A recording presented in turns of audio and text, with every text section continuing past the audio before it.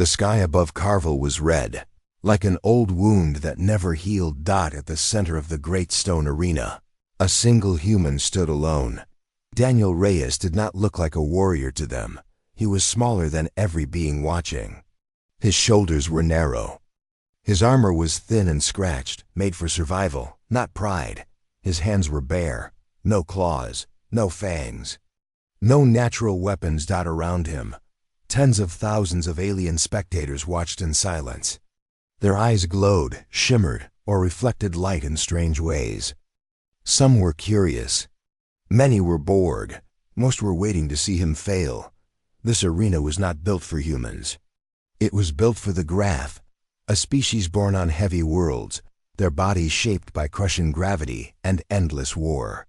To them, strength was not an idea. It was a law of nature. And this law had never favored humans. At the far end of the arena stood Veilrix of the Stone Oath. She was massive. Her body looked carved from living rock. Thick muscles covered her arms and legs, marked with old scars that told stories of battles survived. Her height alone made Daniel look like a child standing before a mountain. In her hands rested the reason no human had ever passed this trial, the ceremonial Mace of Carvel. The weapon was ancient, older than alliances, older than written history. Its head was forged from compressed star iron, dense beyond reason. The handle was wrapped in the hides of fallen beasts. It was not designed to be fair. It was designed to test worth. Veilrix stepped forward. Each of her footsteps shook the stone beneath Daniel's boots. "This is the trial of weight," she said, her deep voice carrying through the arena. "It is not a fight." Daniel swallowed. "It is judgment." She lifted the mace with one arm, easily, as if it were nothing more than a stick.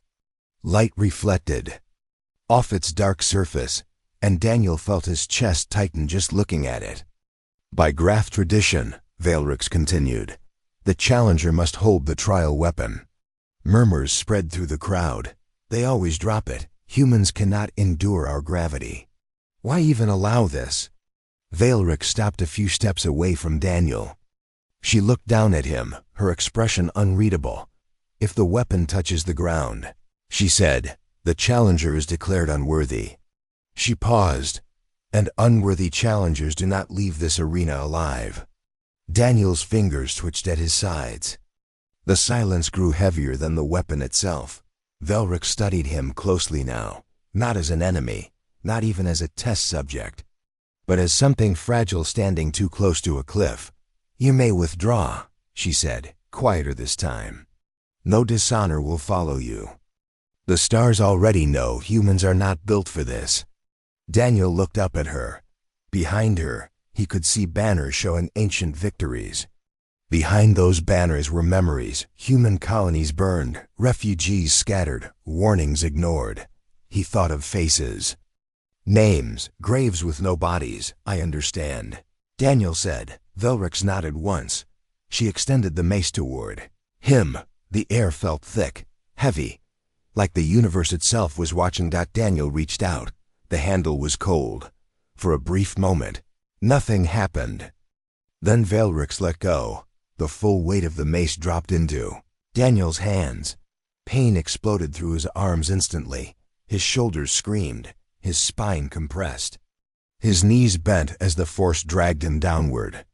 The stone beneath his boots cracked. A sharp breath tore from his chest. This was not weight meant for his species. This was the kind of burden that crushed bones. The crowd leaned forward. They had seen this before. The moment when the human body betrayed itself. The moment when fingers failed. The moment when metal struck stone. But Daniel did not let go. His hands shook violently. His teeth clenched until his jaw hurt. His vision blurred at the edges, but the mace remained off the ground. One heartbeat passed, then another. Veilrix's eyes widened slightly. Daniel's breath came out in a broken whisper. "I'm still holding." And for the first time in generations, the arena did not hear the sound it expected. The weapon had not fallen. Daniel's arms burned like fire. Every muscle trembled, screaming for relief.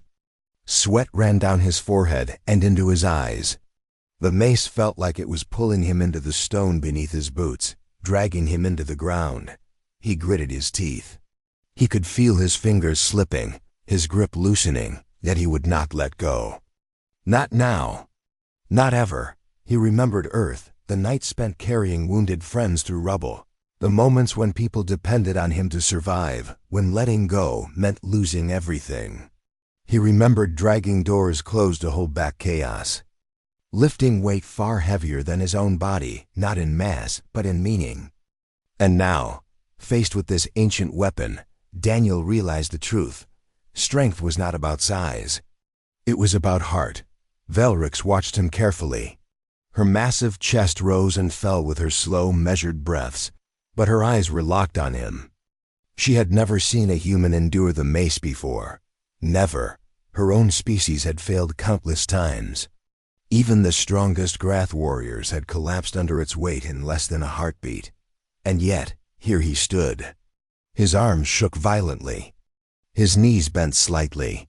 His back arched under the unyielding pull of the mace.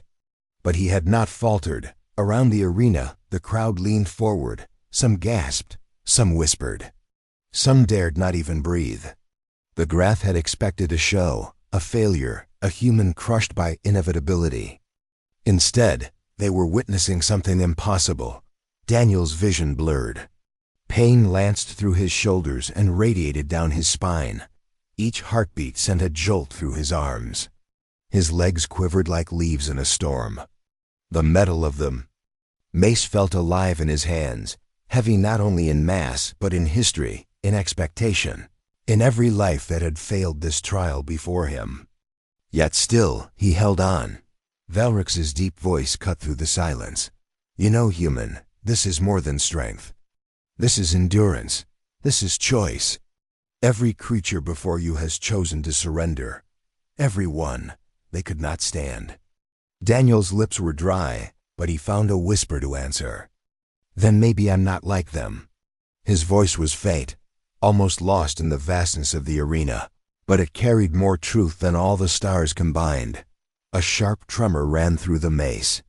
His fingers ached, nails digging into the metal, but he adjusted his grip, learned its weight, became one with it. This was no longer just a weapon. It was a challenge made flesh. It was a question asked across millennia. Who can endure when all odds are against them? And Daniel answered with action, not words. Velrix's eyes softened ever so slightly.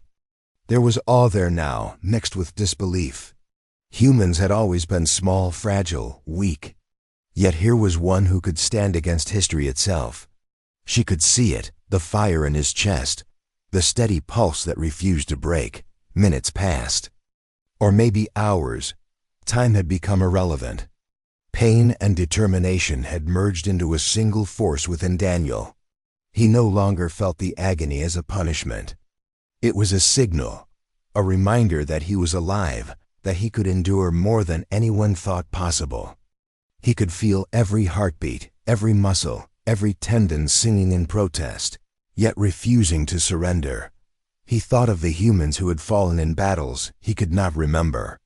He thought of friends he had lost. He thought of his planet, fragile against cosmic chaos. And he realized the truth. Holding the mace was not about proving himself. It was about proving them, humanity, that when the universe placed something impossibly heavy in their hands, humans did not let go. Not because they had to, because they chose to. Velrix took a cautious step back. The crowd murmured in disbelief. The silence of the arena was thick, almost holy. Every eye was on him. Every breath of wind seemed to wait. Then in a voice cracked by strain but filled with raw truth, Daniel said, I'm still holding. The arena held its collective breath. The words were simple. Few, but they carried more weight than the mace itself. Velrix blinked, her massive hands relaxing at her sides. The disbelief in her eyes was evident. She had never expected this. Not from a human, not ever. And yet, here he was alive, standing, enduring. The crowd shifted, whispers becoming louder, more excited, tinged with fear and admiration. The impossible was happening. A human was defying an ancient tradition designed to break the strongest warriors of the Grath. Daniel's arms shook violently. Sweat poured down his face. His knees bent and straightened as he balanced the weight. Every muscle screamed in pain, but he did not falter. He could hear Valrix's voice again, faint but present, whispering. To herself more than to him. Impossible. How can he endure? And in that moment, Daniel realized something powerful. Strength was not in the weapon, nor in the muscle. Strength was in the refusal to let go, even when the world expected failure, even when every instinct screamed surrender. Strength was in choosing to hold on, no matter what the universe threw into your hands. And he would hold on. The arena was alive with a strange, tense energy. Not the usual excitement of blood or victory, but something else, a pause in history itself. Every Grath in the stands was leaning forward, eyes wide, jaws tight. They had seen challengers fall countless times before.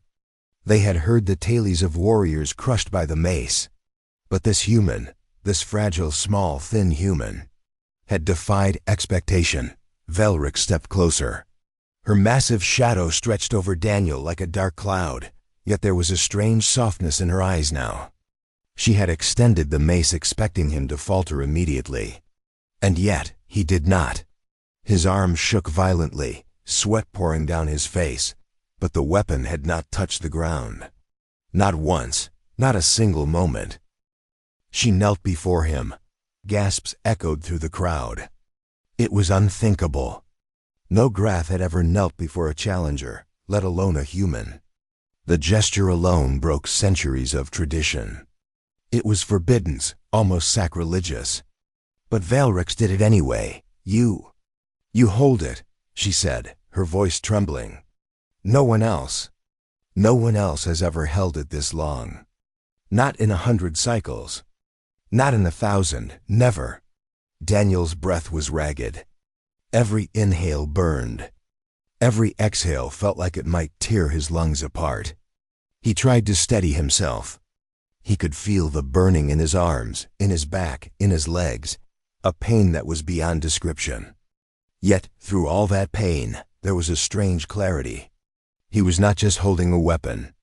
He was holding proof. Proof that humans could endure. Proof that they could withstand what others deemed impossible. Velrix placed one massive fist over her chest, a sign of solemnity in her culture. She raised her voice, carrying it across the arena for everyone to hear.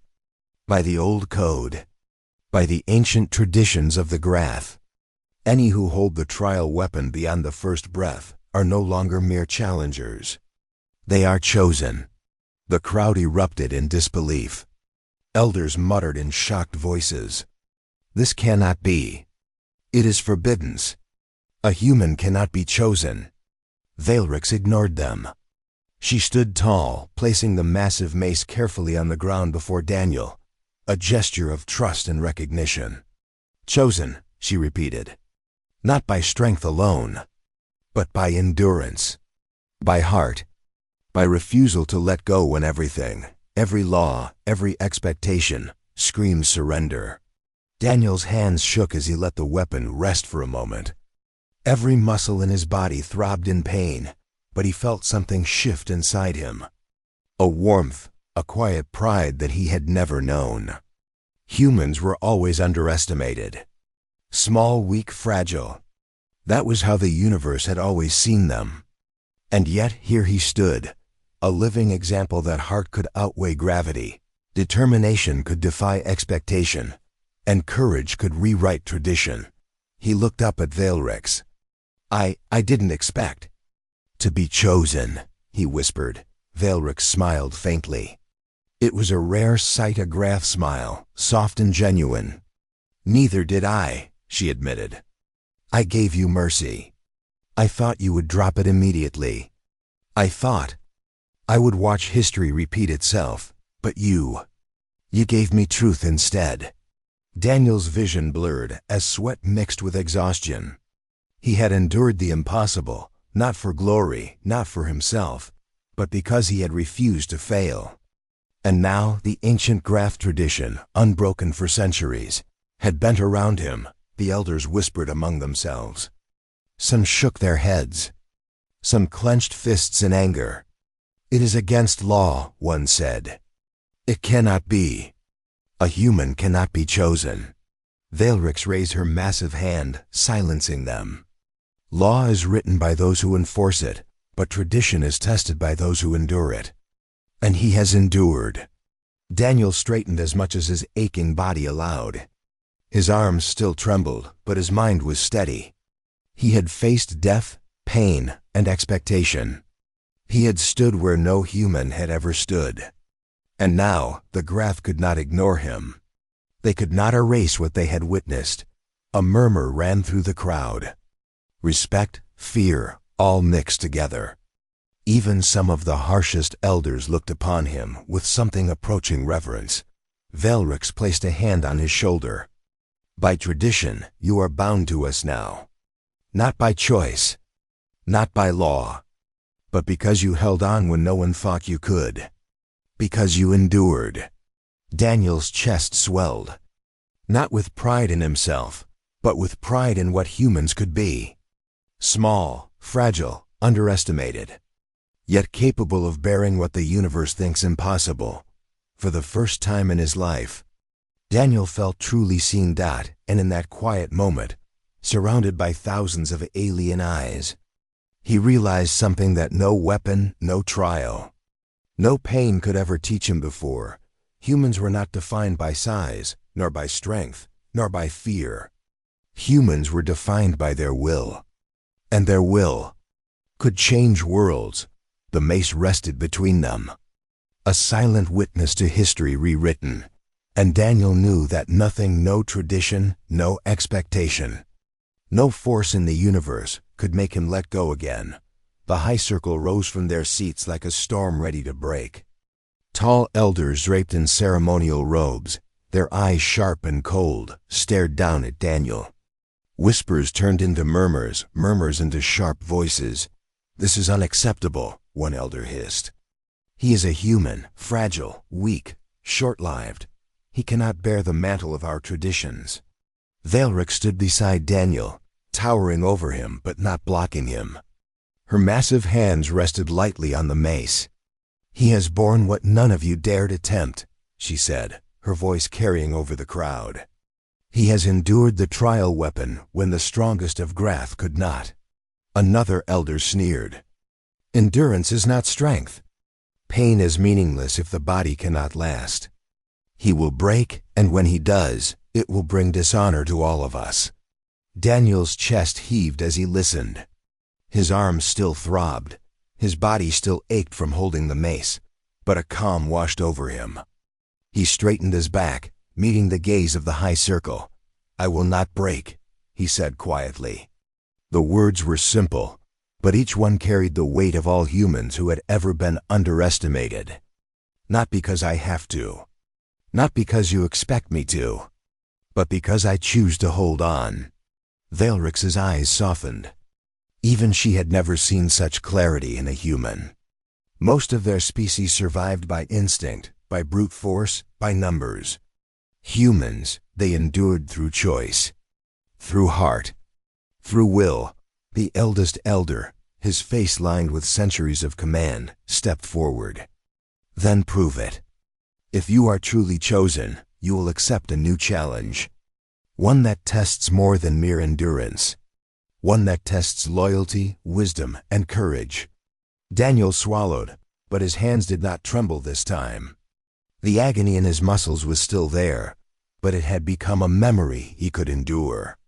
Pain was no longer a limit, it was a signal of life. I will accept, he said. The high circle exchanged uneasy glances.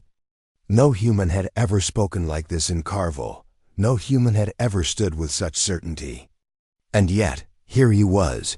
Veilrix placed a hand on his shoulder, a gesture of solidarity. You are not just holding a weapon anymore, she said softly. You are holding the future. Do not forget that. Daniel nodded, feeling the truth of her words. Humans were small, weak, and underestimated, but their hearts were immense. Their courage did not come from muscle or bone, but from refusing to surrender, even when everything demanded it. The elders then moved closer, their expressions sharpening into something like a test. "The trial weapon is heavy," one said. "But there are forces heavier than iron. You will face deception, cunning, and danger. We will watch. And if you falter—" Daniel's voice cut through the threat like a blade. "I will not falter. You do not know humans. You see weakness where there is strength. You see fragility where there is resilience. I have carried the impossible, and I will carry more if needed." A murmur went through the crowd. The words were simple, but the meaning was immense. The human spoke not with arrogance, but with truth. He was small, but his spirit was vast. Velric stepped forward and raised the mace high, then slowly lowered it into Daniel's hands. "By tradition, the weapon is yours again," she said. "Not as punishment, not as a challenge, but as recognition. You hold it because you have earned it. You hold it because you have proven humans endure when all others fail." Daniel grasped the handle again, feeling the familiar weight pressing into his muscles. It burned, it challenged him, but he smiled faintly, a mixture of pain and pride. Pain was temporary. Endurance was eternal. The high circle stared. Some scowled. Some shook their heads. But even in their doubt, there was an unspoken acknowledgement. This human was different. Not stronger than Grath, not faster, not taller, but stronger where it mattered. Daniel looked out over the crowd, feeling the weight of expectation, not as a burden but as proof. Proof that even when the universe expected humans to break, they could endure. Even when tradition demanded submission, they could stand. Velric's massive figure shadowed him, yet he did not shrink. He would not. He had carried the impossible once, and now he carried the trust of a people, the eyes of 1,000 spectators, and the weight of history itself. And for the first time, Daniel realized something deeper. Strength was not about surviving alone. Strength was about standing when all else expects you to fall. Strength was about holding on when letting go is easier than breathing. The elders whispered among themselves. The crowd leaned forward, sensing the shift. The human had survived the impossible. And in doing so, he had changed more than one life. He had begun to change a civilization. Daniel tightened his grip on the mace. He would not falter. He could not. For humanity. For himself. For the chance to show the stars that even the smallest among them could carry the weight of worlds. And the arena waited, silent, as the human prepared to face what no one, not even the gods of Kar, Vel had ever expected him to endure next. The silence of the arena shattered like glass. Deep roar tore through the sky above. Carvel, alarm screamed, and the stone beneath Daniel's boots vibrated with unnatural force. From the black rift in the heavens, ships poured out, dark and jagged, like the claws of some celestial predator. The raiders had come. The crowd panicked. Alien spectators screamed and scrambled for cover. Some froze in horror. Others fled, abandoning centuries of observation to survival instinct. But Daniel did not move. His hands tightened around the mace. His muscles burned, his arms a live wire of pain. But he stood. Velrix roared a challenge that echoed across the arena. "High Circle! We are under attack. Protect the city. Protect our people." The elders hesitated. Their laws and traditions had not prepared them for a human standing at the center of a battlefield untested. Some turned to retreat. Some simply stared. Daniel's heart raced, but his mind was clear. He had held the impossible already. Now he would face the real weight, the lives of thousands, the fate of a civilization. He felt the crushing presence of the mace, heavy as ever, yet it was no longer a burden. It was a tool, a promise, and a weapon. Velrix glanced at him. Her eyes, wide with a mix of fear and admiration, met his. "The weapon is yours by right," she said, her voice rising above the chaos. "By tradition. And by choice. Use it. Protect our people. Show them what it means to endure." Daniel did not hesitate. He lifted the mace, feeling the familiar weight settle into his shoulders.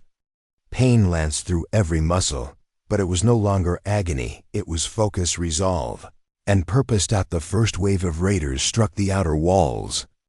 Dark figures armed with twisted blades and energy cannons moved like shadows made solid. They had expected easy prey. They had not expected a human. Daniel swung the mace. The first raider was crushed beneath its head. The sound was deafening, echoing off the stone pillars like thunder. Bones shattered, armor crumpled, and the enemy fell in a heap. The crowd gasped. Even the seasoned Grath warriors stepped back, astonished. Pain shot through Daniel's arms, spreading like wildfire through his shoulders and back, but he swung again. And again. Each strike was deliberate, slow, but unstoppable. Every movement carried centuries of human endurance, the will to survive, the will to protect, the will to endure what no one else could. Velrix fought beside him, roaring and striking with her own massive mace. Yet every alien watching noticed the human moving through the battlefield as if he belonged there. Not graceful, not perfect, but unyielding. The raiders pressed harder, their numbers overwhelming. Explosions rocked the arena. Dust and smoke filled the air. Yet Daniel did not falter. Every step, every swing was calculated, fueled by sheer determination. Pain screamed in his body, but he ignored it. Fear was there, but he refused it. Only focus remained on the mace, on the enemy, on survival. The crowd grew silent again, but this time it was awe, not shock. They were witnessing something they had never seen. A human standing unbroken, moving through chaos, fighting not for glory, not for themselves, but for the lives of those around him. Velrix shouted over the din. "They do not stop. They advance through pain."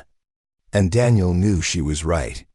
Humans were small, weak, underestimated, but their hearts were massive, their endurance unmatched. And here, in the face of overwhelming odds, he proved it. The last raider fell with a final resounding blow. Daniel's arm shook violently, his vision blurred, sweat and blood mixing on his face. He collapsed to one knee, letting the mace hit the stone at last. His breath came in ragged gasps, his body a map of pain. But he had survived. No one cheered immediately. They were too stunned. The impossible had been done. A human had faced a full-scale attack, carried the weight of tradition, and emerged alive, victorious, and unbroken. Velrix stepped beside him, her massive hand resting lightly on his shoulder. "You have done what none of us expected," she said softly, pride in her voice. "You have held more than a weapon. You have held our respect, and the hope of our people." Daniel looked up at her, exhaustion and realization washing over him. Humans were never meant to be the strongest, the fastest, or the largest. But when the universe pressed down with impossible weight, when pain and fear screamed for surrender, humans endured. And in that moment, Daniel realized that he was not just surviving the trial of the mace anymore. He was surviving as a symbol of everything humans could be: unyielding, courageous, and impossible to ignore. The arena shook, dust still falling from above, as the Graph and spectators finally understood. A human had stood, had fought, and had held on, and no one could ever see humans the same way again. The smoke hung thick in the arena, turning the sky a dull orange. Broken stone littered the floor. The bodies of raiders lay scattered, defeated, crushed, or disarmed. And at the center of it all knelt Daniel Reyes, chest heaving, muscles trembling, the massive mace still clutched in his hands. Velrix stepped beside him, towering and calm, her eyes scanning the crowd. She had expected chaos and fear, but instead she saw something new: respect, awe, and hope. Even the elders of the high circle looked at Daniel with guarded admiration, though their pride made them reluctant to admit it openly. Daniel's voice was quiet, but it carried over the murmuring crowd. I held the mace before. I endured its weight. But today I realized it's not about the weapon or even the fight. It's about choice. About refusing to let go when everything wants you to. About protecting those who cannot protect themselves. Valrix's hand rested lightly on the massive mace, now steady in Daniel's grip. "You have shown them, human," she said. "You have shown our people what endurance truly means. You have done what none of us thought possible." A murmur rippled through the crowd. Whispers of the human and unyielding traveled from stone pillar to stone pillar. Children peered wide-eyed at him, some imagining what it would be like to carry such impossible weight. Warriors of the Grath felt something stir in their chests, a mixture of fear, respect, and inspiration. One of the elders finally stepped forward, his voice cautious but deliberate. "The human has survived. He has held the trial weapon. He has faced the enemy and protected our people. By tradition, by law, and by courage. He is chosen among us." Daniel's gaze swept the arena. He had not expected this.